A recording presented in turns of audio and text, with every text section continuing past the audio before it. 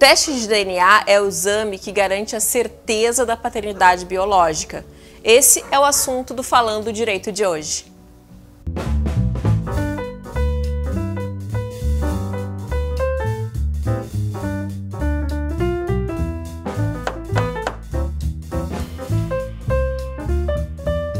Uma satisfação estar aqui com vocês novamente. Hoje nós vamos falar sobre o DNA. Na realidade, nós temos DNA único. Cada um de nós é identificado pelo seu DNA, porque está nas nossas células, dentro dos nossos cromossomos.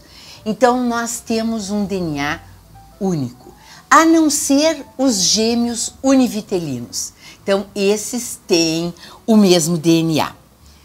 Se eu preciso, numa investigação de paternidade, saber do DNA de alguém, eu tenho que buscar na raiz do cabelo, no osso, no dente, no núcleo do dente.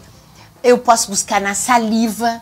Quando as crianças são pequenas, o ideal é buscar na mucosa oral, com um cotonete.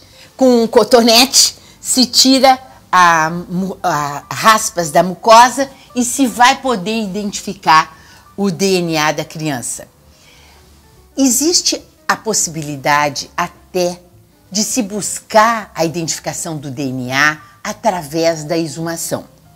Claro que é uma situação dolorosa ter que se fazer isso, mas se faz e custa caro. A exumação custa caro.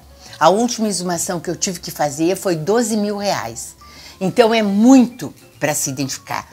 Se na realidade o morto deixou 2 irmãos e o investigante tem esses 2 tios, então investiga através desses 2 tios, porque na realidade é difícil fazer essa investigação de outra forma.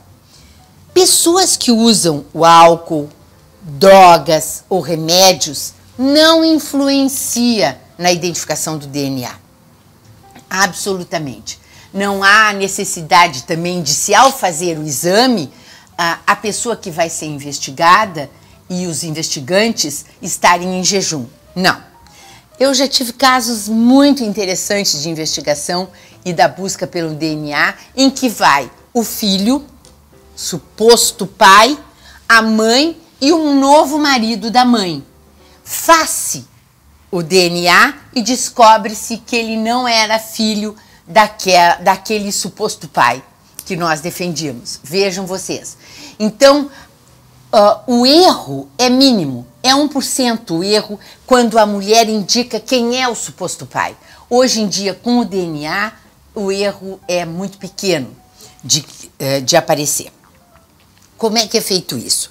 São cânulas pequenas que se introduz e se busca o material genético. A própria pele também é identificável com o DNA. Uma coisa importante de se falar diz respeito à parturiente, aquela que está em vias de ter o filho, ou mesmo aquela que engravidou há pouco tempo e quer alimentos gravídicos. Muitas vezes as pessoas chegam a pensar em fazer o DNA e o fariam através do líquido amniótico, mas é muito complicado. Pode trazer alguma sequela, não é indicado. Embora alguns digam, não pode fazer, eu, dando a minha palavra aqui na frente de vocês, eu teria preocupação, não faria, esperaria o nascimento. E com o nascimento investiga a paternidade, o juiz já vai determinar, se filho for, a pensão alimentícia estipulada com efeito retroativo ao nascimento da criança. Então, isso é muito importante que nós tenhamos em mente.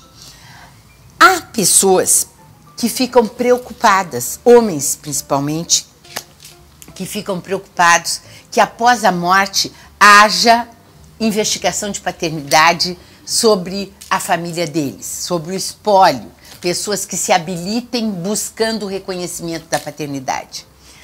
Com certeza é uma preocupação, mas no direito há uma produção antecipada de prova, onde eu posso recolher material e deixar com uma alteração feita em cartório para que utilizem aquele material se houver uma investigação de paternidade.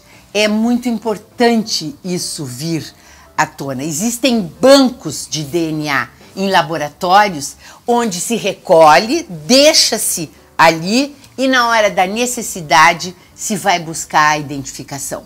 Porque não se fala mais em parecência, não se fala mais. Vejam aquela situação do Jango, até me lembrei agora, em que se dizia que era filho do Jango e na realidade ficou constatado que era filho do pai do Jango. Faz tanto tempo, mas foi isso mesmo que aconteceu. Então, a parecência, isso é primário. Isso é da época em que não se tinha o DNA.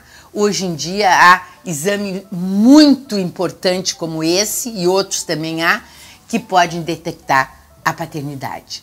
Então, a produção antecipada de prova é uma constante e eu recomendo a vocês que pularam a cerca que façam a produção antecipada de prova. Isso é brincadeira.